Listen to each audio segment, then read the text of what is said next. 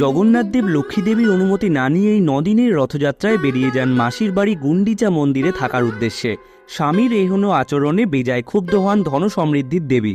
উল্টো রথের দিন মাসির বাড়ি গুন্ডিচা মন্দির থেকে রথে চেপে আবার পুরীর মন্দিরের উদ্দেশ্যে রওনা হন জগন্নাথদেব। তবে মাসির বাড়ি থেকে ফিরলেও মূল মন্দিরে প্রবেশ করতে গেলে ঘটে এক মজার কাণ্ড।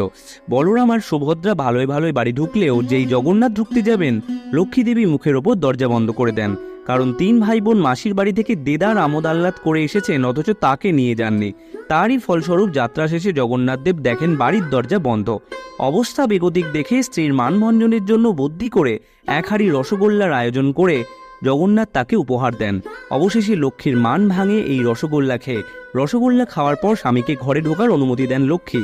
ত্রয়োদশীর দিন ভোগ হিসেবে জগন্নাথদেবের উদ্দেশ্যে কয়েকশো হাঁড়ি রসগোল্লা নিবেদন করা হয়। লক্ষ্মীর মান ভাঙিয়ে জগন্নাথ ঘরে ফিরবেন। ত্রয়োদশীতে রসগোল্লা উৎসবে মেতে ওঠে ওড়িশা।